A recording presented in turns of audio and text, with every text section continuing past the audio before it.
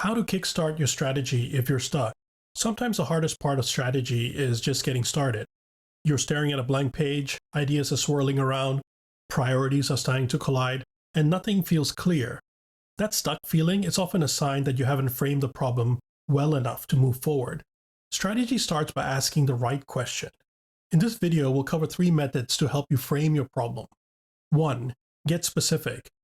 Vague strategy often leads to vague action. If you're stuck at the start, it's often because the problem statement is too broad to act on.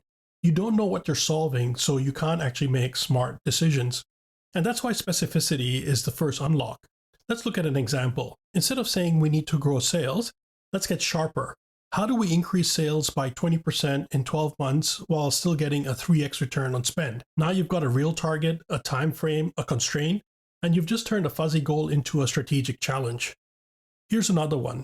Instead of we need a better customer experience, say, how do we reduce onboarding time from 10 days to 3 days without increasing support costs? And that's something your team can actually tackle and something your team can actually measure your progress against. So how do we get specific? You want to use numbers, so volume, time, or cost, to anchor against your goal. You want to define success and constraints in the same sentence, and you want to make sure the scope is narrow enough to solve, but broad enough for it to matter. Getting specific will give you the compass you need to help you develop your solution with precision. 2. Reframe the problem. When you feel stuck, it's often because you're looking at the problem too narrowly. Reframing means stepping outside the obvious and asking, what if the problem isn't what we think it is? Take this classic elevator example. Tenants complain their elevator is too slow. One frame is that we have a speed issue, and the solution is to upgrade the equipment so that the elevator goes faster, which is obviously very expensive, it's very time consuming. Another frame is to say the wait is frustrating. So that's more of an experience issue that we're trying to solve. And we could solve it by, say, installing mirrors, playing relaxing music, or adding those floor indicators. Now all of a sudden the wait feels shorter, even if the elevator is moving at the same speed. And that's because the solution is far easier and cheaper to implement. It solves the problem just the same. Now let's apply that same logic to business. Say your problem is that your product isn't selling well. Inside the frame could be, our pricing must be too high, so you drop the price. But what if the issue is instead trust? So you reframe the problem. Do customers feel confident buying from us? Suddenly a new set of options will start to appear. That could be adding testimonials and case studies, offering a money-back guarantee, simplifying the onboarding process. So none of these actually involve cutting the price, but they all can boost sales. So how do you reframe? You ask, what's another way for us to see this? You can shift from product thinking to customer thinking, and you can challenge assumptions about what the real problem is. Reframing is about applying a new lens to the same situation to help you look at the problem in a new light and to help you come up with a more creative solution. 3. Think big. If your strategy feels uninspired, it might be because the goal is too small.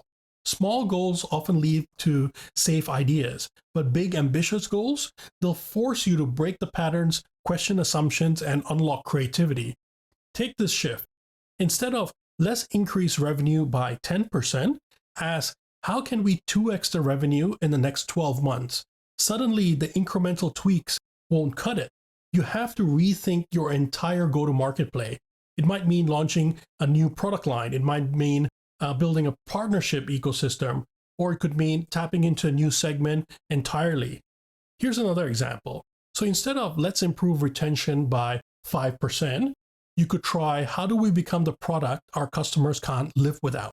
Now, instead of playing an optimization game, you're reimagining the entire customer experience from onboarding to value delivery, from habit loops to emotional connection.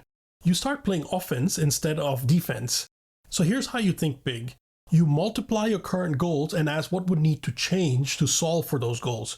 Ask what would it look like if we started from scratch? Or look for step change ideas and stay away from marginal incremental gains.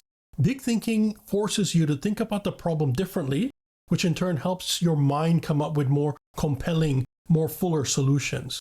So let's wrap this up. Good strategy starts with strong framing.